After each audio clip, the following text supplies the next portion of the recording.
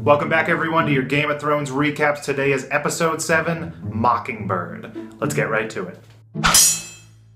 In the aftermath of last week's trial, Tyrion sits in the dark, being lectured by Jaime, who tells him his speech was pretty sweet, but everyone's really pissed at him for it. Tyrion then asks Jaime to be his champion in trial by combat, but Jaime isn't all that good at fighting now that he has a fake gold hand, or at writing in his big book, or making Cersei, happy. But what he's gotten really good at is waving. So, there's that.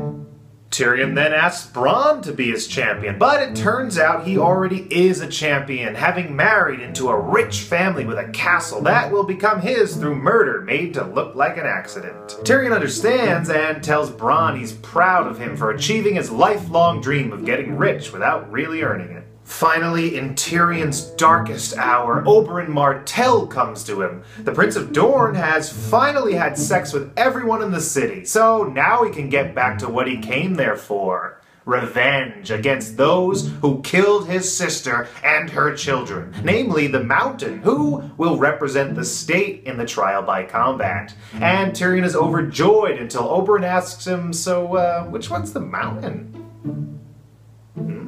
Up north, Jon returns to Castle Black with the handful of guys that miraculously didn't die under his command. At the weekly Night's Watch staff meeting, Jon implores them to fill the tunnel in the wall. Sir Alliser reminds Jon that he's not a builder, so he wouldn't understand complicated engineering products like putting snow and rocks into a hole. Then, he punishes Jon and Sam for talking, even though Sam doesn't have a line in the entire episode. In Meereen, Daario sneaks into Dany's room with flowers he claimed to have swam a mile to pick, but forgot to take the tag off from Trader Joe's. As punishment, Daenerys makes him take off his clothes and stand in front of her. Then, she makes him clean her apartment.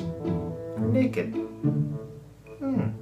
The next morning, Ser Jorah passes Daario on the way into Dany's place. He finds her relaxed and in a great mood. Dany tells him that she had her apartment cleaned last night and that she hasn't had it scrubbed that hard since Khal Drogo was alive. Ser Jorah tells her that he'll make her apartment the cleanest it's ever been, so she hands him a bucket and a mop and puts him deep, deep into the friend zone while she goes off and thinks about having sex with Daario. Then, something about young Kai. Or, I don't know. Dany had sex, that's all that matters. On Dragonstone, Melisandre takes a bath while Stannis' wife, Selyse, watches with mixed feelings of jealousy and lady tingles. Selyse says she wants Shireen to stay behind from wherever it is that they're going, but loses focus when Melisandre stands up naked. Mel then makes a joke, which bombs, so she immediately asks the Lord of Light for some better material. Selyse laughs anyway and asks Melisandre if she wants to watch Mulholland Drive. On the King's Road, Brienne and Podrick stop at a restaurant with a 2-star review on Yelp, making it the 4th highest rated in the kingdom. They're served by Arya's old friend Hot Pie, who is now Chef Hot Pie. Thank you very much. They compliment his cooking, and he gives them his secret recipe for kidney pie. 4 cups of some dirt you found outside, 5 pounds of old horse meat, and all the gravy you can possibly make.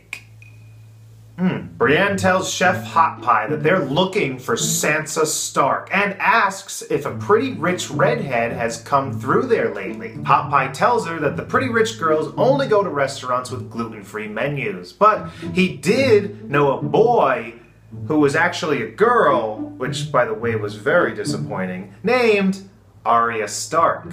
She was last seen with the Brotherhood, and they were planning to sell her to a used girl dealer. Pod tells Brienne that her rich aunt lives at the Eyrie, and maybe they should start there. So they take the road on the right, hope it leads somewhere, and Pod writes road signs on his list of businesses to start once they're done with their quest. In the Riverlands, Arya and the Hound come across a badly injured old man and decide to put him out of his misery. The man says he feels fine and doesn't want to go on the cart, but the Hound is determined to be merciful. So he kills him. Then, out of nowhere, Roarge and Biter attack. Biter gets all bitey and takes a chunk out of the Hound's neck, but the Hound kills him. Arya recognizes Rorge and kills him too. The Hound asks if he was on her list, and she says everyone is on my list. And then the title sequence to Kill Bill 3 starts. Later, Arya pretends to be a doctor, and after close inspection of the Hound's wound, gives her expert diagnosis. You gonna die. But luckily, she knows how to treat it with fire! This immediately sets the Hound into a Frankenstein-like tizzy yelling, "Fire bad!" And he picks up Arya and he tries to throw her in a lake, but before he can, he tells a long story about how his face was burned by his brother, the Mountain. Arya understands, saying her brother gave her a sword as a present. Completely missing the point of his story. At the Eyrie, Sansa has finally finished the scale model snow castle version of Winterfell she started 2 months ago. Her cousin Robin asks why there's no moon door and tells her that once they're married, she can throw anyone out of the moon door that she wants. While Sansa wonders why she keeps being forced into marriages with short men, Robin destroys New Winterfell, which sends Sansa into a Hulk rage, causing her to slap her husband cousin-to-be. Littlefinger watches the whole thing and tells Sansa it's okay. Robin needs to be slapped daily.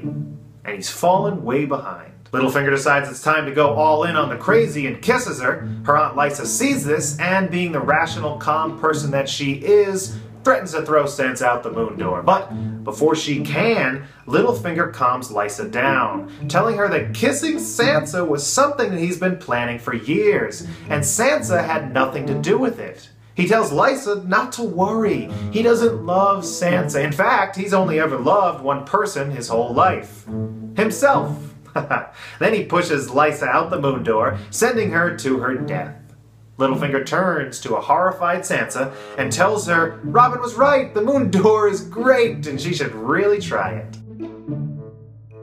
Theon officially changes his name to Reek on his driver's license, but Ramsay starts calling him Theon again.